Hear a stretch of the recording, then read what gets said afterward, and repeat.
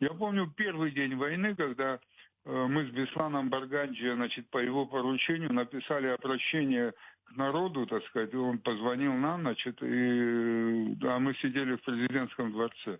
Надо, говорит, подготовить обращение к народу. Но мы, чтобы ускорить время, сели с Бесланом Барганджи и стали писать обращение. Он одну часть, я другую, а потом сложили, чтобы побыстрее это все сделать. Приехали туда, где находился Владислав Григорьевич. Он находился на маяке, там, значит, в воинской части российской.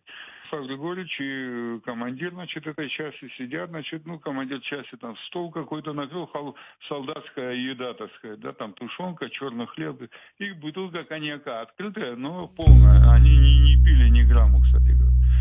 И вот пока, значит, устанавливали там эту аппаратуру для записи его обращения к народу, так сказать, да, он взял то, что мы написали, и начал править. Глаза поднимает и говорит: фашистами их назову, как вы смотрите? Мы с Бесланом Барганджи говорим, может, пока не надо сразу фашистами, в конце концов, наверное, придется какие-то переговоры вести, а как с фашистами потом договариваться будем? Он подумал, пусть на вашей совести, говорит, будет. С нами хотят говорить только на языке пушек и автоматов. В этот трудный для нашей Родины час я обращаюсь к каждому ее гражданину, какой бы он национальности ни был, встаньте на защиту Абхазии. В таком